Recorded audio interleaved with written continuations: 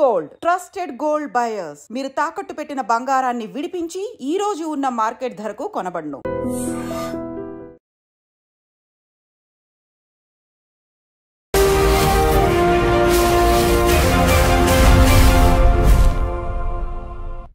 నమస్తే, welcome to I dream social spotlight with Kavitha. America అధ్యక్షుడు అయిన ట్రంప్ వచ్చిన తర్వాత భారతీయ విద్యార్థులకి కష్టాలు పెరిగాయా? రోజుకొక ఆంక్షతో వాళ్ళు తిరిగి రాక తప్పని పరిస్థితి ఏర్పడిందా? యాక్చువల్గా భారతీయ విద్యార్థులు అక్కడ ఎదుర్కొంటున్నటువంటి కష్టాలేంటి? అక్కడ న్యాయ సహాయం ఎలా పొందొచ్చు? ఎందుకని ట్రంప్ వారి మీద ఆంక్షలు విధించాడు? బోల్డ్ అని క్వశ్చన్స్ ఉన్నాయి, క్లారిఫికేషన్స్ కూడా అవసరం. మనతో పాటుగా ఉన్నారు ప్రముఖ అంతర్జాతీయ న్యాయవాది డాక్టర్ కావేటి శ్రీనివాస్ గారు. సార్ నమస్తే. నమస్కారం. ఎలా ఉన్నారు మీరు? బ్రిలియంట్. ఎలా ఉంది America? America is good, but కష్టాలు మన వాళ్ళకి. అమెరికాలో తెలుగు స్టూడెంట్స్ కష్టాలు ఏంటి సార్? యాక్చువల్గా బోల్డ్ అన్ని అనుమానాలు ఉన్నాయి, అందులో భయం అనేది ఎక్కువ ఉంది, ఆందోళన ఎక్కువ ఉంది. మా పిల్లలు వచ్చేస్తారేమో అనేటువంటి అసహనం, ఆతృత ఇవన్నీ మిక్స్డ్ కనిపిస్తున్నాయి. బట్ క్లారిఫికేషన్స్ అనేవి ఉండట్లేదు. ఏంటి, మీరేం చెప్తారు అసలు? ఫస్ట్ ఆఫ్ ఆల్ అమ్మ, మన స్టూడెంట్స్ ఎవరైతే అమెరికాలో ఉన్నారో, ఇది మీ వ్యూవర్స్కి తెలవాల్సింది ఏంటంటే, స్టూడెంట్స్ అక్కడే F1కు చదువుకోవడానికి వస్తారు. ఇక్కడ కన్సల్టెంట్స్, ఇమిగ్రేషన్ కన్సల్టెంట్స్ ఏమంటారంటే, మీరు ఒక సెమిస్టర్ ఫీజు కట్టండి, మిగతా సెమిస్టర్ ఫీజులు అక్కడ ఉద్యోగం చేసుకొని కట్టొచ్చు అంటారు. ఫస్ట్ ఆఫ్ ఆల్ మనకు తెలవాల్సింది ఏంటంటే, వాళ్ళకు ఉద్యోగం చేసుకునే అర్హత ఉందా?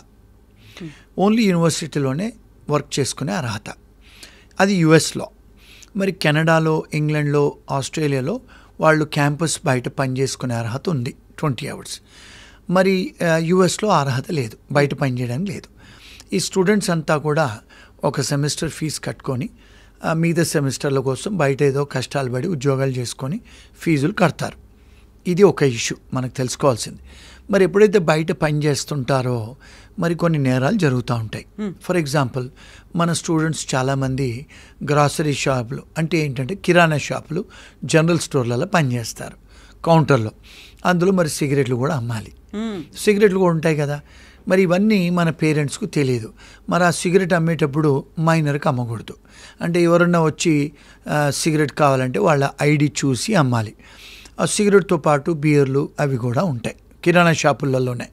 సో వాళ్ళకు బియర్లు అమ్మేటప్పుడు కూడా వాళ్ళ ఐడి చూసుకొని జాగ్రత్తగా అమ్మాలి.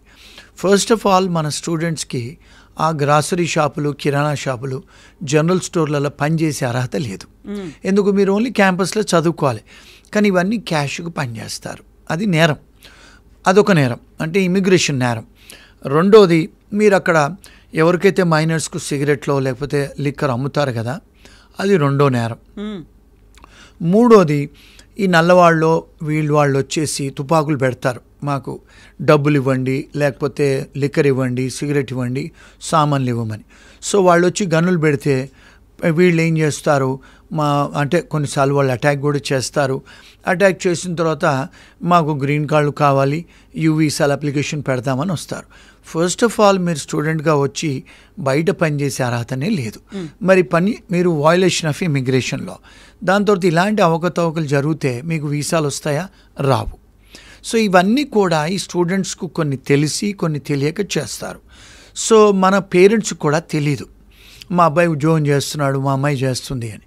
ఫస్ట్ ఆఫ్ ఆల్ మనం అడిగి తెలుసుకోవాల్సింది ఏంటంటే, మీరు క్యాంపస్లో చేస్తున్నారా, బయట చేస్తున్నారా?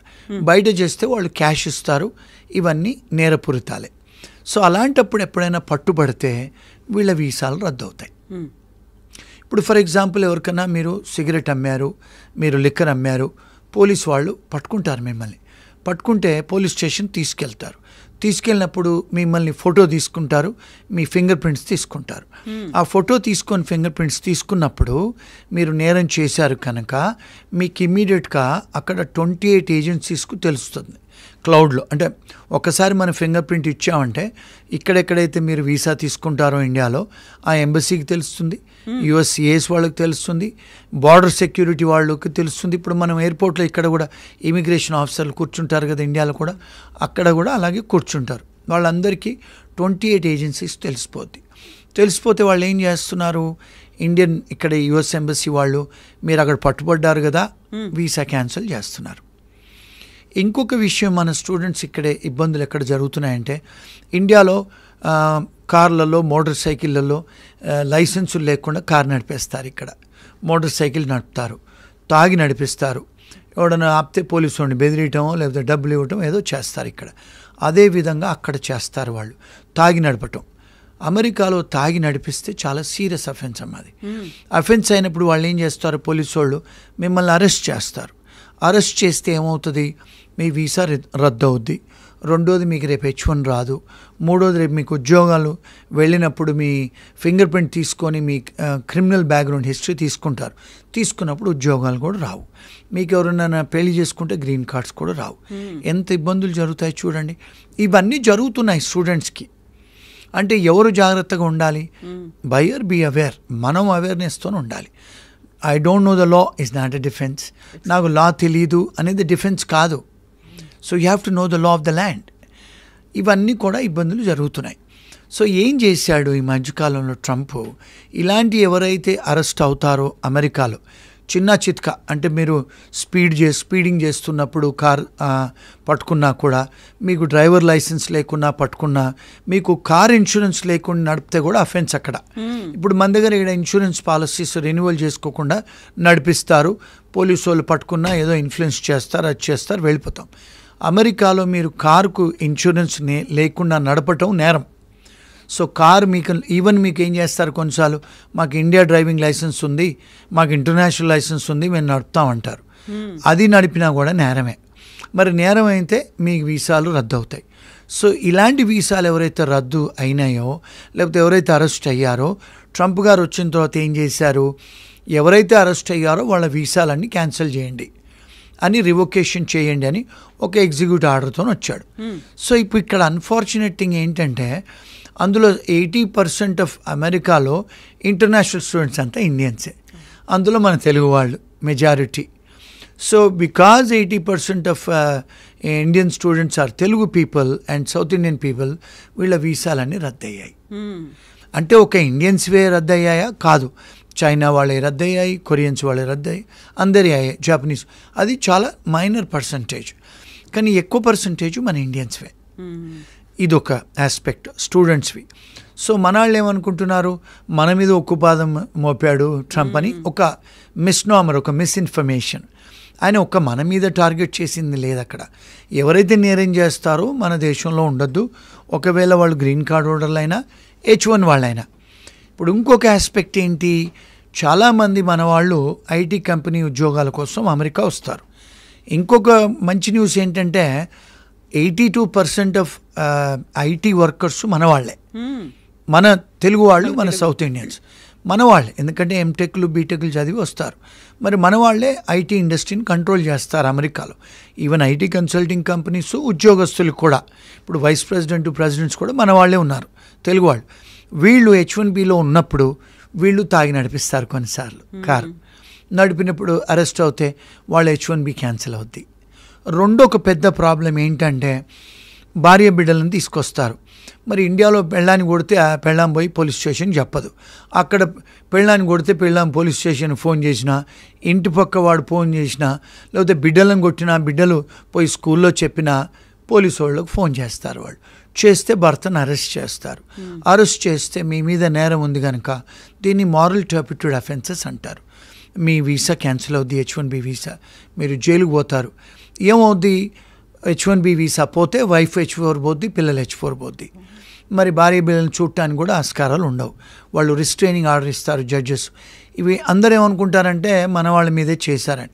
కానీ మనం ఎందుకు చెయ్యాలి మరి నేరాలు? ఇవన్నీ ఇలాంటి పనులు చేస్తారు H1B వర్కర్స్. ఇంకొక విషయం ఏంటంటే, ఈ మధ్యకాలంలో, అంటే అంతకుముందు కూడా లా ఉంది, ఎవరైతే గ్రీన్ కార్డ్ హోల్డర్లు లేకపోతే స్టూడెంట్స్ లేకపోతే H1B వర్కర్స్ ఎవరైనా షాపులలో దొంగతనాలు చేస్తే, షాప్ లిఫ్టింగ్, దాన్ని మారల్ టర్పిట్యూడ్ అఫెన్సెస్ అంటారు. అంటే లార్సని, దొంగతనం చేయకూడదు. అంటే మీకు తెలుసు అది మీ వస్తువు కాదని, మీరు దొంగతనాలు చేస్తున్నారు. మరి దొంగతనం చేస్తే కూడా వాళ్ళు అరెస్ట్ చేస్తారు, ఫింగర్ ప్రింట్స్ తీసుకుంటారు. H1B వర్కర్ అయినా, గ్రీన్ కార్డ్ హోల్డర్ అయినా, లేకపోతే స్టూడెంట్ వీసా అయినా, లేకపోతే విజిటర్ వీసా అయినా, మీ వీసాలు రద్దు చేస్తారు, మిమ్మల్ని ఇంటికి పంపిస్తారు. సో మరి ఇది ఎవరు తప్పండి? మన తప్పు. మనమేమో మీ మీడియా వాళ్ళు లేకపోతే అందరూ పేరెంట్స్ అన్ని ఇండియన్ గ్రూప్స్ అంతా ఏదో ఇండియన్స్ మీద ఉక్కుపాదం మోపాడని అనుకుంటాం. కానీ ఇవన్నీ లాస్ ఆల్రెడీ ఉన్నాయి, కానీ ఎన్ఫోర్స్మెంట్ చేస్తున్నాడు ఆయన.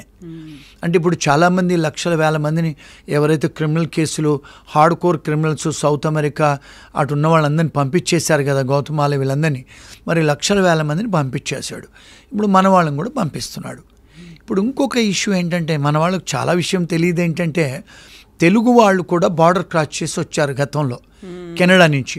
చాలామంది లక్షల మంది ఇండియన్ స్టూడెంట్స్ కెనడాకు స్టూడెంట్ వీసాలు తీసుకొని మరి చదువుకోవడానికి వెళ్ళినవారు చదువుకోవాలి కదా, రోడ్డు మీద బార్డర్ క్రాస్ చేసి అమెరికాకు వస్తున్నారు. వస్తే వాళ్ళు కూడా పట్టుబడితే వాళ్ళని కూడా డిపోర్ట్ చేస్తున్నాడు. అంతకుముందు బైడెన్ ఉన్నప్పుడు వీళ్ళందరూ లోపలికి వచ్చారు, ఇప్పుడు ఎవరు వచ్చినా అరెస్ట్ చేసి పంపిస్తున్నారు. ఇప్పుడు ఇంకొక పెద్ద స్కామ్ ఏంటి మన ఇండియన్ దాంట్లో అంటే, వచ్చేసి పొలిటికల్ అసైలం ఫైల్ చేస్తున్నారు. ఎవరు? స్టూడెంట్సే కానీ, H1B కానీ, విజిటర్స్ కానీ. మరి మన దేశంలో ఏదైనా ఇప్పుడు మనం పొలిటికల్ అసైలం ఫైల్ చేసుకోవచ్చా? ఇప్పుడు కశ్మీర్లో అంటే ఇప్పుడు ఆ పాకిస్తాన్ వాళ్ళు చేయటం వల్ల అయింది, కానీ పీస్ఫుల్ కంట్రీ కదా.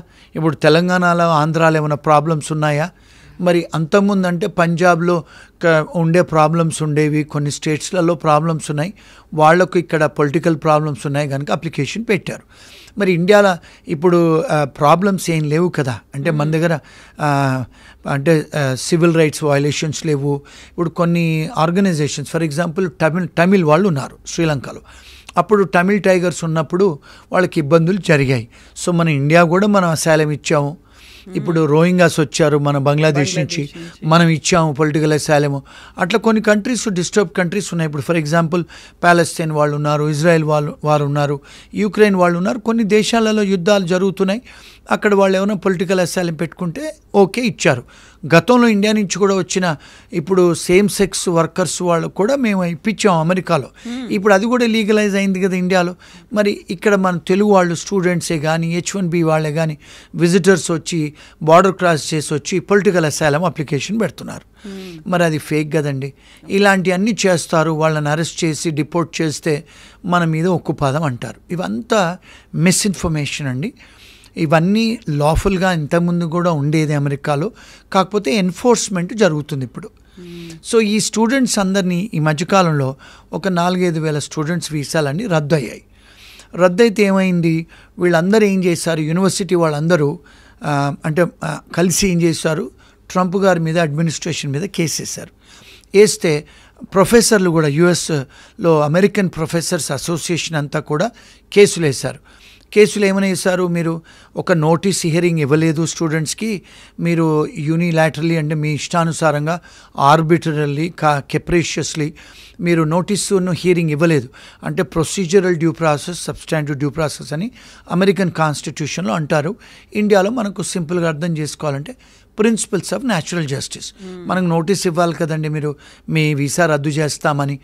ఏమీ చేయకుండా ఒక రాత్రి పొద్దున వచ్చే వరకు అందరి వీసాలు రద్దు చేశాడు. ప్రొసీజర్స్ ఫాలో కాకుండా చేస్తే వీళ్ళు స్టూడెంట్స్ కూడా ఫైల్ చేశారు, ప్రొఫెసర్లు ఫైల్ చేశారు, యూనివర్సిటీ వాళ్ళు ఫైల్ చేశారు. ఎందుకంటే మెజారిటీ ఆఫ్ స్టూడెంట్స్ అంతా కూడా ఇంటర్నేషనల్ స్టూడెంట్స్ ఇండియా నుంచి వచ్చిన వాళ్ళే ఉన్నారు.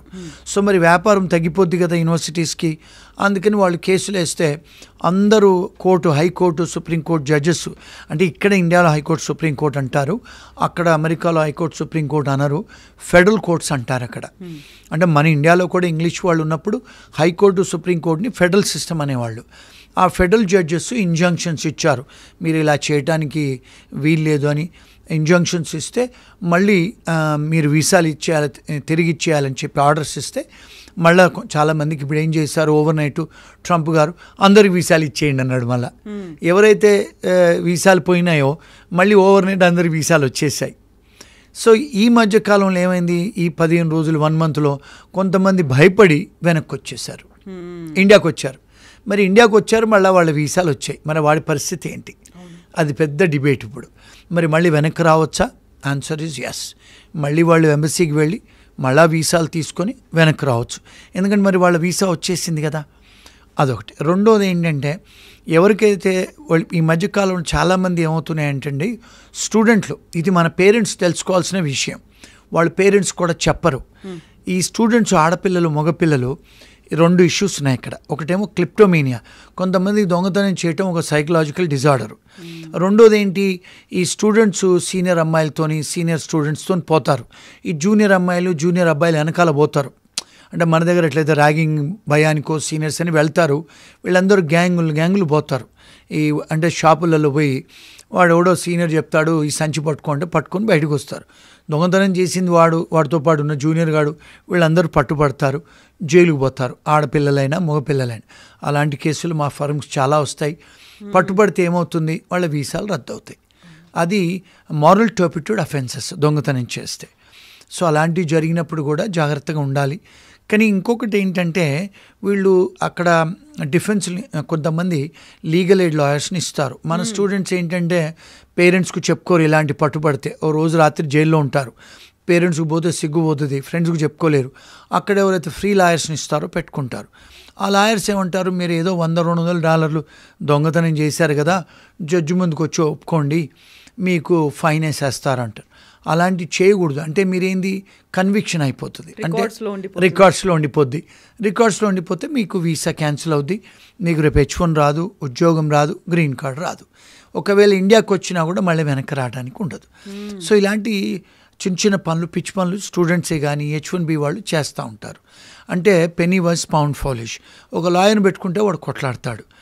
మా ఫర్మ్కి ఏ కేసులు వచ్చినా కూడా మొదటిసారి తప్పు చేస్తే ఆ దేశాలలో వాళ్ళు ఒక ఛాన్స్ ఇస్తారు. అంటే 1 year తర్వాత డిస్మిస్ చేస్తారు కేసుల్ని. అలాంటి విసులుబాటు ఉంది అమెరికాలో. కొన్నిసార్లు ప్రాసిక్యూటర్తోని మాట్లాడవచ్చు, వీళ్ళు ఇంటర్నేషనల్ స్టూడెంట్స్, H1B వర్కర్సు, వీళ్ళు గ్రీన్ కార్డ్ హోల్డర్లు, వీళ్ళ కన్విక్షన్ అవుతే వీళ్ళ గ్రీన్ కార్డులు, వీళ్ళ H1లు, వీళ్ళ స్టూడెంట్ వీసాలు, విజిటర్ వీసాలు క్యాన్సిల్ అవుతాయి. సో దయచేసి మీరు డిస్మిస్ చేయండి, ఫస్ట్ టైం కేసులు కదా అని మనం ప్రాసిక్యూటర్తో వాళ్ళు మాట్లాడితే కేసులు ఫస్ట్ టైం అని చెప్పి డిస్మిస్ చేస్తారు. ఎక్స్క్యూజ్ ఉంటుంది ఫస్ట్ టైం. అంటే వాళ్ళంతా హార్ష్ పనిష్మెంట్స్ ఇవ్వరు. ఇవి అక్కడ లోకల్ లాయర్స్ని పెట్టుకొని మాట్లాడుకొని చేసుకోవాలి.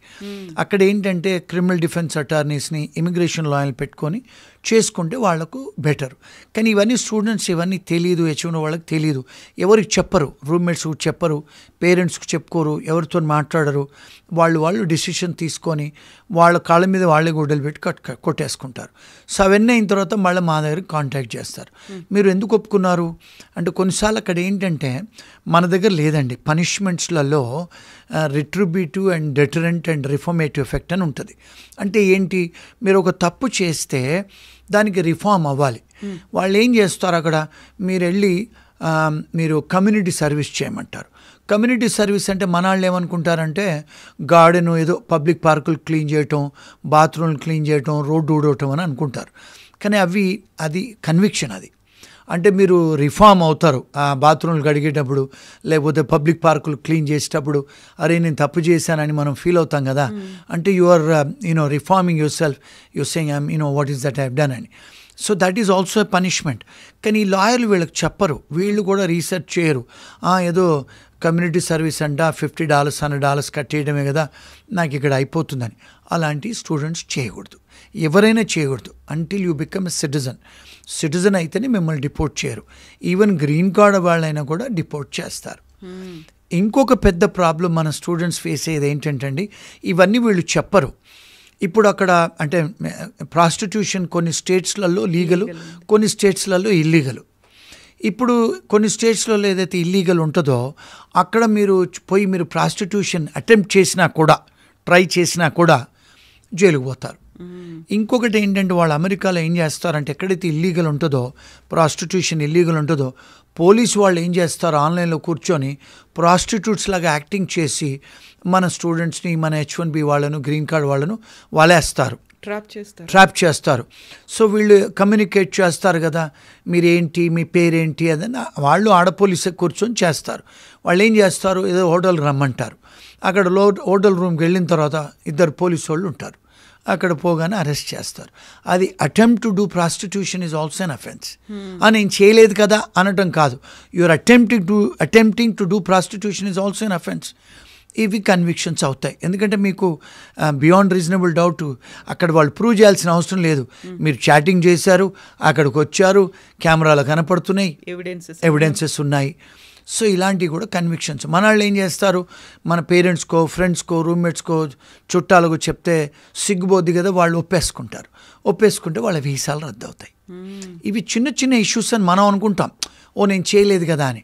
మరి పెద్ద ఎఫెక్ట్ కదండి. సో ఇలాంటి ఇష్యూస్ కూడా మా దగ్గరకు వస్తూ ఉంటాయి. ఇంకొక లాస్ట్ ఇష్యూ, వీళ్ళు ఏం చేస్తారంటే స్టూడెంట్స్ కూర్చొని తాగుతారండి. అమ్మాయిలు కూడా ఈ మధ్య తాగుతున్నారు. తాగుకొని అపార్ట్మెంట్లో గొడవలు పెట్టుకుంటారు. ఇండియాలో కొట్టుకుంటారు కదా, అట్లా కొట్టుకుంటే ఇంటి పక్కోడో లేకపోతే ఎవరో అమ్మాయి ఫోన్ చేస్తే అందరూ అరెస్ట్ అవుతే అది కూడా సీరియస్ అఫెన్సే. కొట్టుకోవటం కూడా అఫెన్సే, తిట్టుకోవటం అఫెన్సే, తాగి గొడవ వస్తే పక్కింటోడు ఫోన్ చేసినా కూడా అదే అఫెన్సే. కొన్నిసార్లు అది కూడా చాలా అంటే నేరం అవుతుంది. వాళ్ళందరిని పట్టుకొని పోతారు, వీళ్ళ వీసాలు రద్దు అవుతాయి, ఉద్యోగాలు రావు. ఇంకా లాస్ట్ ఇష్యూ, మన వాళ్ళు ఏం చేస్తారు, అమ్మాయిలు అబ్బాయిలు అక్కడికి వచ్చిన తర్వాత లివ్ ఇన్ అరేంజ్మెంట్స్. మనం ఇక్కడ ఏదో అనుకుంటాం, మా అమ్మాయి ఆడ బాగా చదువుకుంటుంది, మా అబ్బాయి చాలా పతివ్రతలాగా ఉన్నాడని. వీళ్ళంతా లివ్ ఇన్ రిలేషన్షిప్స్లో ఉంటారు. అమ్మాయిలు అబ్బాయిలు తాగి గొడవలు కొట్టుకుంటే ఆ అమ్మాయి ఫోన్ చేసింది అనుకోండి, ఆ అబ్బాయి జైలుకి పోతాడు. జైలుకి పోయిన తర్వాత ఈ అమ్మాయి తర్వాత సెన్సస్కి వచ్చి ముర్రో అంటుంది. వాడు పోలీసు విడ్రా చేసుకోడు కేసు, వాడు అరెస్ట్ అయిపోయాడు, వాడి వీసా క్యాన్సిల్ అయిపోద్ది. ఎంత చిన్న విషయాలు ఎంత సీరియస్ అవుతాయి చూడండి. ఇవన్నీ వీళ్ళు తల్లిదండ్రులకు చెప్పుకోరు, ఫ్రెండ్స్ చెప్పుకోరు. ఇవన్నీ అయిన తర్వాత మాలాంటి ఎవరో తెలుగు లాయర్లకు ఫోన్ చేస్తే మేమేం చేయగలుగుతాం చెప్పండి. ఇప్పుడు చేతులు కాలిన తర్వాత ఆకులు పట్టుకోలేంగా. సో ఇవన్నీ కూడా మీ ప్రేక్షకులు, మీ ఫ్రెండ్స్, ఆడియన్స్ తెలుసుకోవాల్సిన విషయాలు ఇవన్నీ. ఇది ఇంత ఓపెన్గా ఏ లాయర్ వచ్చి చెప్పరండి. నేను ఇక్కడికి చాలా, ఎందుకంటే మాకు ఇండియాలో ఆఫీసులు ఉన్నాయి, ప్రాక్టీస్ చేస్తాము. ఆస్ట్రేలియాలో కూడా మా లా ఆఫీసులు ఉన్నాయి, యూకేలో కూడా మాకు అడ్వకేట్ ఆఫీసులు, యూఎస్లో, కెనడాలో ఉన్నాయి. కనుక మాకు అందరూ కూడా కాంటాక్ట్ చేస్తారు. తెలుగు వాళ్ళు మాట్లాడతాను, నేను చెప్తాను, ఇవన్నీ చేస్తూ ఉంటారు. ఇవన్నీ చాలా కష్టం కదండి. Once you are arrested and once your visa is terminated, మీకు ఉద్యోగాలు కూడా రావండి ముందు. ఎందుకంటే వాళ్ళు మీ బ్యాక్గ్రౌండ్ చెక్ చేస్తారు ఉద్యోగం ఇచ్చేటప్పుడు, అది అందులో వచ్చేస్తుంది. అది ఎప్పటి వరకు ఉంటుందో ఒక్కసారి మీ ఫింగర్ ప్రింట్ తీసుకుంటే 20 సంవత్సరాలు ఉంటుంది. మరి 20 సంవత్సరాల వరకు మీకు అది క్లియరెన్స్ చేసుకోవచ్చా? ఒక్కసారి ఫింగర్ ప్రింట్ క్లియరెన్స్ అవ్వదు. మీకు కెనడా కూడా వీసా రాదు, యూకేకి వీసా రాదు, ఆస్ట్రేలియా వీసా రాదు. ఎందుకు? వీళ్ళు ఏం చేశారంటే యూఎస్ఏ వాళ్ళు ఈ 5 దేశాలతో ఒక అగ్రిమెంట్ చేసుకున్నారు. అంటే షేరింగ్ ఆఫ్ ఇన్ఫర్మేషన్. వీళ్ళందరూ ఆ ఇన్ఫర్మేషన్ షేర్ చేసుకున్నారు కనుక మీరు ఏ దేశాలకు పోయినా వాళ్ళకి తెలిసిపోద్ది. అంటే మనం ఏదో అమెరికాలో చేసి వచ్చాము, నేను కెనడాకి వెళ్తాను, యూకేకి వెళ్తాను, ఆస్ట్రేలియాకి వెళ్తాను, న్యూజిలాండ్ వెళ్తానంటే మీకు రావు వీసాలు. సో జాగ్రత్త పడాలి. చిన్న తప్పుకు పెద్ద పనిష్మెంట్స్. ఇవన్నీ కూడా పేరెంట్స్ తెలుసుకోవాలి, వెళ్ళే స్టూడెంట్స్ తెలుసుకోవాలి, వెళ్ళిన స్టూడెంట్స్ తెలుసుకోవాలి, H1B వాళ్ళు తెలుసుకోవాలి, గ్రీన్ కార్డ్ వాళ్ళు కూడా తెలుసుకోవాలి. ఇవన్నీ మేము మాట్లాడాలి అంటే అమెరికాలో లాయర్లు ఫోన్ చేస్తే మేము 50,000 రూపాయలు తీసుకొని ఫోన్లో చెప్తాము ఇవన్నీ. సో ఇవన్నీ కూడా మీ మీ మీ ఆఫీస్కి వచ్చి, iDreamsకి వచ్చి మీ ప్రేక్షకులకు ఫ్రీగా చెప్తున్నాము. సో వీళ్ళందరూ కూడా చూడాలి, ఇవన్నీ వైరల్ చేయండి, అందరు షేర్ చేసుకోండి ఇన్ఫర్మేషను. ఇలాంటి ఇంకా చాలా ఇన్ఫర్మేషన్ ఇస్తాం. Thank you so much Srinivas గారు. యూజువల్గా ఏంటంటే మేము యూఎస్కి వెళ్ళాలి అనేటువంటి హడావిడి ఉంటుంది, ఆ తొందర ఉంటుంది, అక్కడ ఉన్నటువంటి కన్సల్టెంట్స్ ఏదో చెప్పారు, పేరెంట్స్ కూడా ఆనందపడుతున్నారు అనుకుంటాం. కానీ వెళ్ళిన తర్వాత చేసేవి మేజర్ క్రైమ్స్ కావది, చిన్న అఫెన్సెసే, పర్లేదులే తప్పించుకుంటాం, ఏదో టికెట్ అడిగి వేశారు, ఫైన్ కట్టాము, వచ్చేసాము అనుకుంటాం. కానీ అది రిపర్కషన్స్ ఎలా ఉంటాయి, లైఫ్ లాంగ్ ఎఫెక్ట్ ఎలా చూపిస్తుంది అనేవి చిన్నవి బట్ ఫోకస్ పెట్టాల్సినటువంటి అంశాలు, మర్చిపోకుండా అవేర్నెస్లో ఉంచుకోవాల్సినటువంటి అంశాలు. Thank you so much Srinivas గారు, ఇంత మంచి ఇన్ఫర్మేషన్ ఇచ్చినందుకు. Thank you.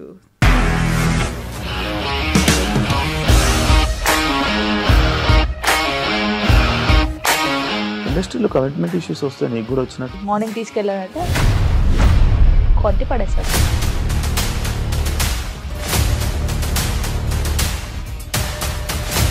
ఒక్కళ్ళు కూడా చూడలేదు ఈ సినిమా అని చెప్పడానికి కూడా చాలా ధైర్యం కావాలి. అది నిజం కదా, దాంట్లో ధైర్యం ఏంటి? ఇది నెక్స్ట్ డే ప్లేట్ మార్చేస్తే తప్పు కదా. As of now we are comfortable this అని నేను అనుకుంటున్నాను. రష్మిక గారిది మీది ఒకే ఊరంట కదా? నీకు కోపం వచ్చిందంటే బాగా తిట్టేత్తరా? తిట్టేద్దామండి. నిజంగా గేమ్ ని ఎలా చేంజ్ చేయగలిగారు? ఏపీఎస్ఎఫ్సి వాళ్ళకి 6 నెలల్లో నేను 6 లక్షలు కట్టా. బిజినెస్ చేయాలనుకుంటే it is as difficult as riding a tiger.